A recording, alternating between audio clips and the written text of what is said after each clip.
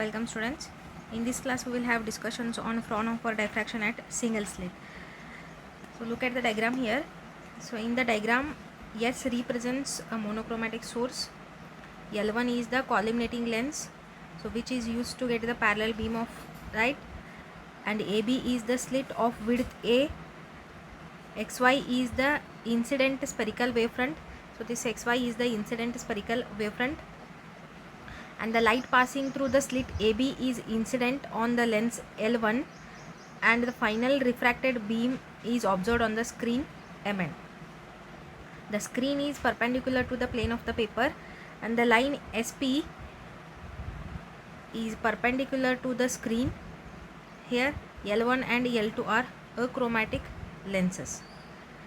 A plane wavefront is incident on the slit AB.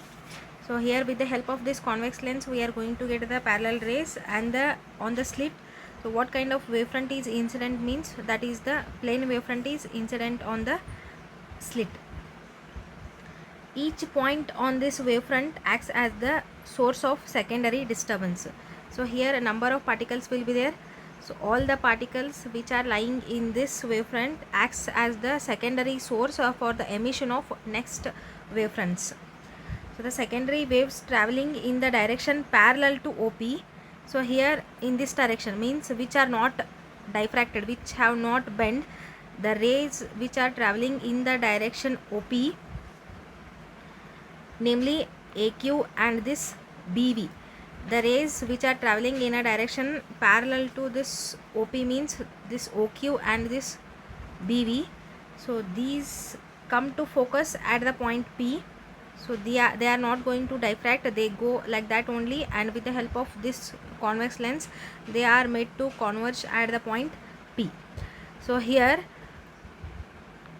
the path difference between these rays is 0 because all are traveling the same distance. Hence the path difference between all the rays which are traveling in a direction parallel to OP will be 0. Hence at point P what we are going to get is bright image, central bright image is observed. So the point P will be of central maxima, which is called as central maxima, because path difference between all the rays which are traveling in a direction parallel to this OP will be 0. So if path difference is 0 means obviously all the rays are meet at the point P and they form the central maxima. So now consider the secondary waves. So now consider the secondary waves which are traveling in the direction AR, means which have got diffracted through an angle theta. So here some rays I have shown in the diagram. So all these rays, this AR and this BV and this BT, all the rays they have got diffracted through an angle theta. So all these rays which have got diffracted through an angle theta, they travel in the direction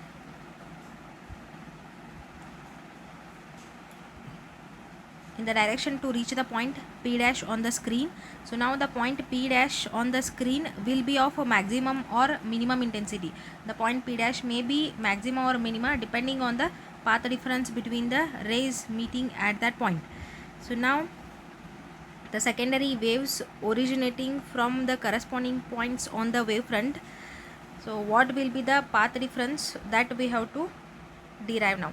So now in order to find the path difference between the rays which have got diffracted through an angle theta, so now in order to find that in the diagram from the point B, let us draw a perpendicular or normal to the ray AR. So this is from the point B, normal is drawn, so which cuts this ray AR at point L. Now this ray AR is traveling extra distance than the ray BT. So this distance AL, this represents the path difference between these two rays. After the point L and B, the rays which have got diffracted through an angle theta will travel the same distance, but before this AL is the extra path that the AR is going to travel. Now the distance AL becomes path difference between the two diffracted rays which have got diffracted through an angle theta. So now look at the geometry here in order to find the path difference. So this is angle of diffraction and this is the normal drawn. Now if this angle is theta means obviously this will be how much? This will be 90 minus theta. This becomes 90 minus theta, and here this is the normal means this becomes 90. So if this is 90 and this is 90 minus theta means obviously this becomes equal to, this angle becomes equal to theta. So now the angle ABL, that becomes equal to theta. So now in order to find the path difference between the two diffracted rays from the triangle ABL, this, if this angle is theta means sin theta is equal to, what we can write is sin theta is equal to AL. For this angle this will be the opposite side, AL divided by this AB. So now AL we have to find, which is the path difference. AL is equal to, what I can write is, the sin theta will be there into AB. AB is nothing but the slit width, and slit width will be small a into this sin theta. This is A sin theta. So AL is equal to A sin theta, and AL represents the path difference. So which is nothing but the path difference.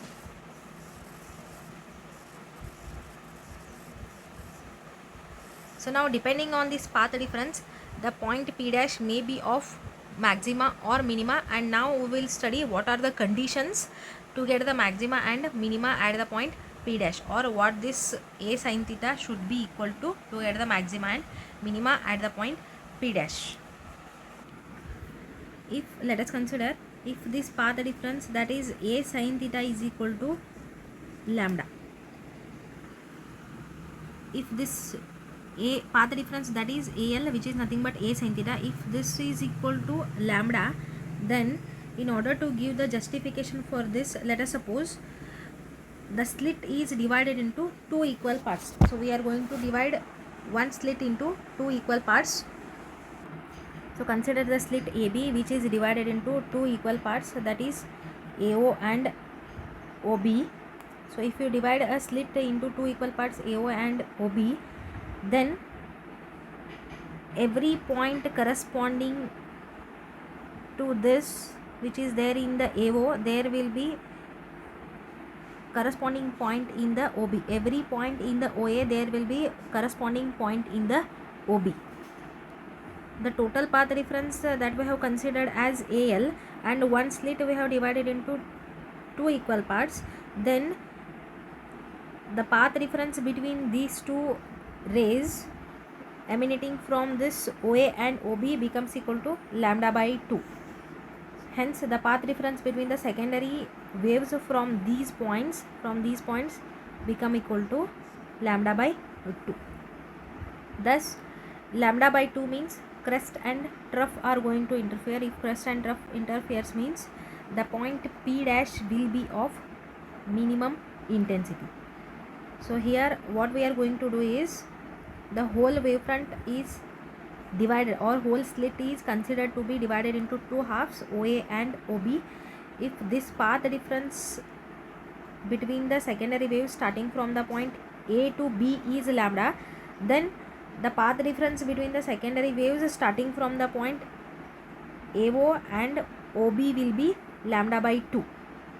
Similarly, for every point in the upper half OA, there is corresponding point in the lower half, that is OB. Hence the path difference becomes equal to lambda by 2. Thus the destructive interference takes place at the point P, because the path difference becomes equal to lambda by 2. Total path difference is lambda, and we have divided, or to give the justification, we have divided slit into two equal parts. So for every point, every one point in the upper half, there is corresponding point in the lower half. Hence the path difference between the rays starting from these 2 points becomes equal to lambda by 2. If this is lambda by 2 means the point P dash will be of minimum intensity.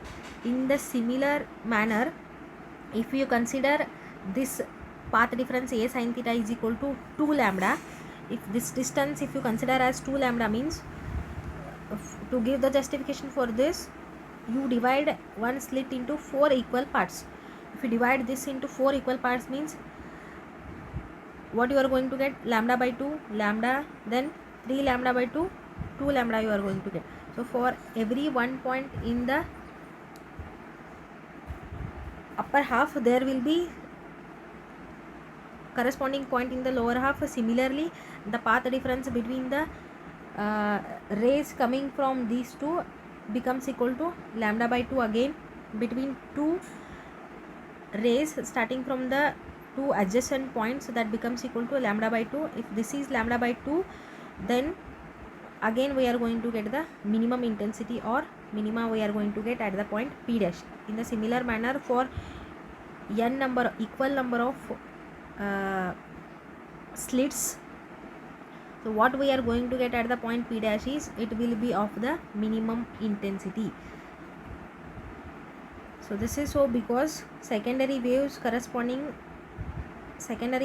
from the corresponding points of the upper half differ in the path by lambda by 2, and again gives the position of the minimum intensity. So in general, so what we can write is A sin theta, which is the path difference between the points A and B. A sin theta becomes equal to n lambda. So this is the condition for the minima. If this path difference is n lambda, then we are going to get the minima at the point P dash. From this, what we can write is sin theta is equal to n lambda divided by A, we can write. So here theta is for the nth minima, angle of diffraction.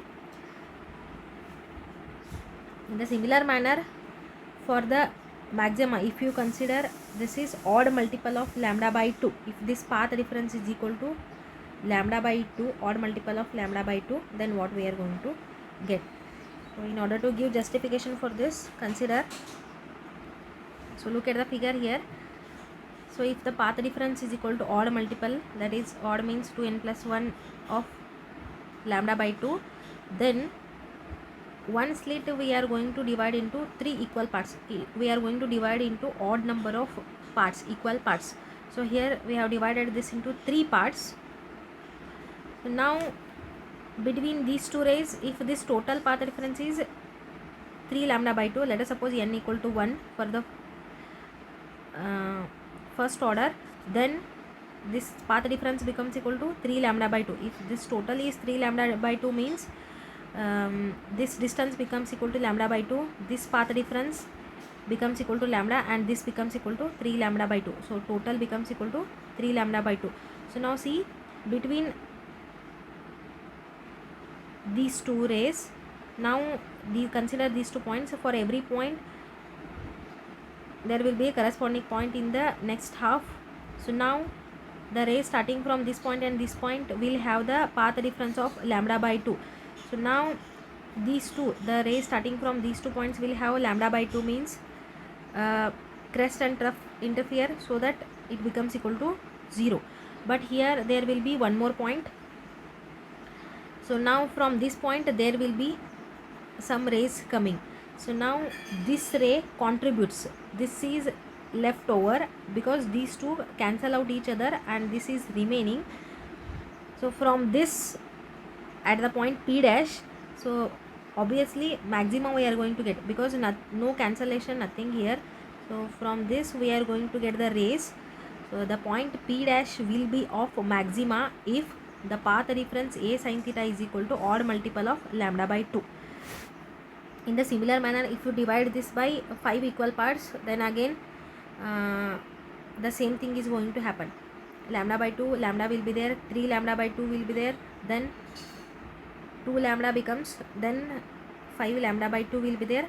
So first 4 cancel out each other and the remaining last one will be left over, and that leftover is contributing to the resultant intensity at the point P dash. So if you divide into odd number of equal parts, then the point P dash will be of maxima. If you divide into even number of parts, then the point P dash will be of minima. So this A sin theta path difference, if this A sin theta is equal to 2n plus 1 lambda by 2, then the point P dash will be of maxima. So this is the condition to get the maxima at the point P dash. So from the above equation, sin theta is equal to, if you write, means this becomes equal to 2n plus 1 lambda divided by 2a. So these are the conditions. Thus the diffraction pattern due to single slit consists of central bright maxima at point P, because the path difference between the rays becomes equal to 0. All the rays meet at point A, so that gives central bright maxima. And at point P dash,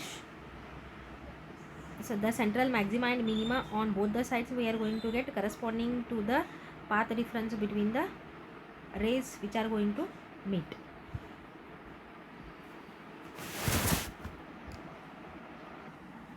Here completes this, and the remaining part we will continue in the next class. Thank you.